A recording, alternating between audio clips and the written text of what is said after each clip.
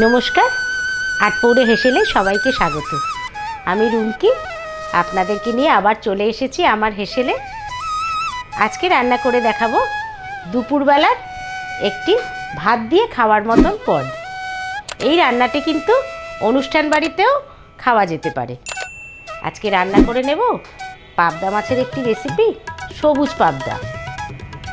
তো সবুজ পাবদা কেন সবুজ, আর কী বা নিয়েছি এই রেসিপিটি করার জন্য, আসুন একবার দেখে নিই।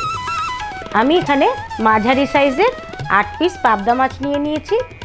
মাছগুলি আমি ভালো করে ধুয়ে নুন হলুদ মাখিয়ে রেখেছি। আর এছাড়া রান্নাটা করার জন্য আমার নুন হলুদ তো লাগবেই।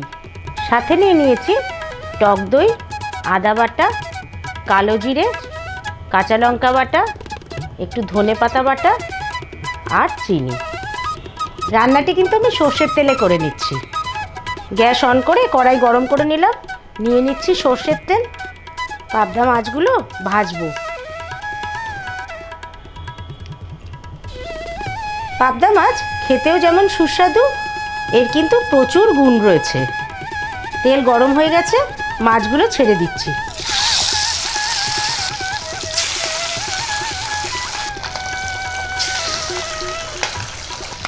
পাবদা মাছ কিন্তু খুব সাবধানে ভাজতে হবে, নয়তো ভেঙে যাওয়ার চান্স থাকে। এছাড়াও পাবদা মাছ খুব কড়া ভাজা যায় না, এতে এর গুণাগুণ নষ্ট হয়ে যায়। উল্টে দিচ্ছি মাছগুলো।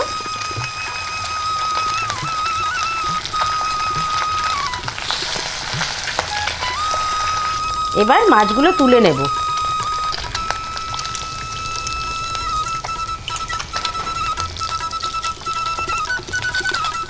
হালকা লাল করে মাছগুলো আমি ভেজে নিলাম।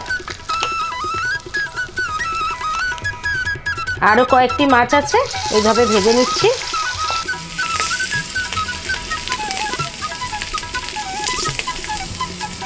দ্বিতীয় পর্বের মাছগুলো ভাজা হয়ে গেছে, আমি তুলে নিচ্ছি। এই তেলেই আমি কালো জিরে ফোড়ন দেব। কালো জিরেটা একটু ভাজা ভাজা হতে না হতেই আমি দিয়ে দেব কাঁচা লঙ্কা বাটা, আর দিয়ে দেব আদা বাটা।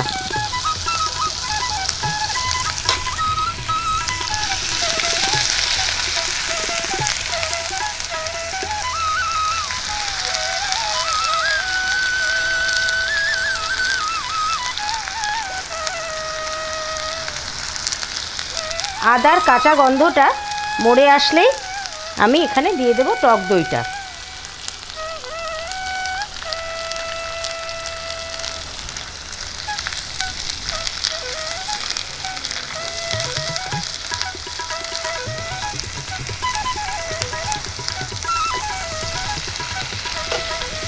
আমি এখানে সামান্য একটু হলুদ গুঁড়ো দিচ্ছি।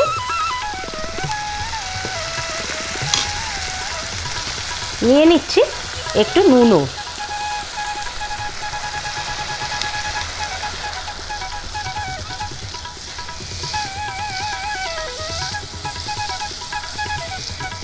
এবার আমি ভালো করে নাড়িয়ে চাড়িয়ে মশলাটা একটু কষিয়ে নেব।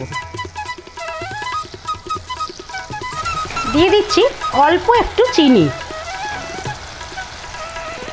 চিনিটা আপনারা স্কিপ করতে পারেন যদি প্রয়োজন মনে করেন, তবে চিনি দিলে কিন্তু এর স্বাদ দ্বিগুণ বেড়ে যায়।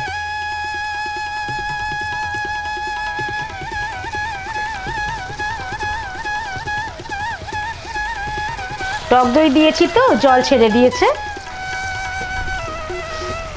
এবার আমি ধনে পাতা বাটাটা যেটা আমি নিয়েছিলাম সেটা দিয়ে দিচ্ছি।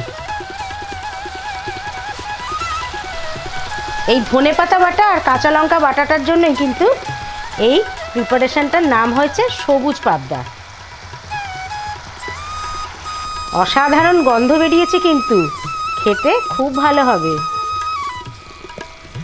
এবার পরিমাণ মতন একটু জল দিয়ে দিচ্ছি।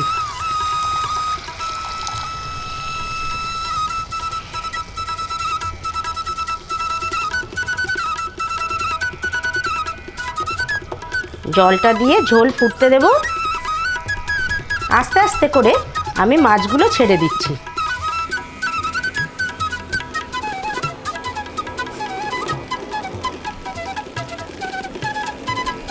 ঝোল ফুটতে শুরু করে দিয়েছে। এবার আমি মিনিট 5 ঢাকনা বন্ধ করে রান্না হতে দেব। 5 মিনিট পর ফিরে আসলাম, ঢাকনা খুলে দিলাম।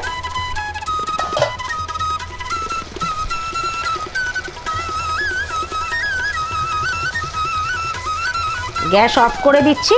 তৈরি হয়ে গেছে সবুজ পাবদা। এবার পরিবেশন করে দেব।